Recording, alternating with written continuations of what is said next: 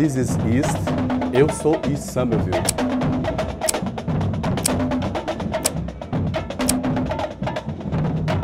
So my name is Lynn Gervens, and I'm the Executive Director at Mudflat Pottery School here in East Somerville.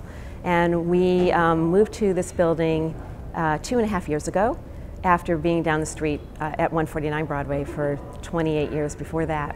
So after we moved here in August of 2011, we had a big open house where we welcomed the neighborhood to come in to see the building and to see what we had done. And we had been reaching out to the neighbors during the whole year-long construction process to make sure everybody knew what was going on, but we really wanted them to see what we had done and to understand what we were going to be doing here. So this would have been the stage area, and over to our left there's a big wall here that would have been where they would have projected the movies. And there was a stage that did exist from its previous early history. So now we've opened up this whole space and turned it into part of our main wheel throwing classroom. So we have 3 classrooms in this building for wheel throwing and hand building and sculpture. My name is Orsula Susan Fontano, and I'm a 3rd generation East Somerville girl. And I'm here today at Mudflats. We used to be the Broadway Show. And this is the original staging of this Broadway show.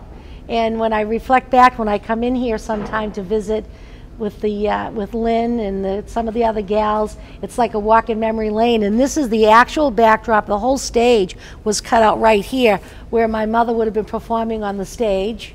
And it was in the late 1920s, I believe it was. My great-grandfather was the maestro in Naples in the Naples Symphony Orchestra, and my grandfather brought that with him here to America, and I think that's why he had all my mother and her brothers and sisters all playing musical instruments and singing. And but back in the day too, that's how families really entertained themselves. But my mother's story was a great story. My grandfather entered her in the singing contest, and it was like the old amateur hour nights, and you would win by applause, and the little meter would go back and forth with how the crowd was cheering. So sure enough, he decides to invite a bunch of his friends from Boston to come for Sunday dinner, unbeknownst to them that they were going to come to the entertainment and have to vote for his daughter by clapping and cheering and whistling. So sure enough, they come the first week, they all go for a beautiful dinner, they come to the theater, she sings, she wins. My grandfather was giving them the eye, like they all had to clap loud. So she wins some dishes. Now the next week he wants to win some more, so he re-enters her again. He invites another group of his friends from Boston, and they have dinner again at Grandma's house, and they come to the show afterwards. Again, the contest is on. She's singing her little heart out, Giovannina Elena, and he's looking at everybody when it's time to clap and get that meter going, and she wins again. This went on for like 3 or 4 weeks. Finally, business is dropping off because the people who would want to enter the contest felt they didn't have a chance. So the next time my grandfather came, he meets the owner, the theater owner, and I think it was Viano was the original owner, and he grabs my grandfather and says, "Mr. Campagna, could I speak to you for a moment, please? We know your Giovannina is so wonderful, and she's going to win again. She's so talented. So we want to let other people have a chance to come.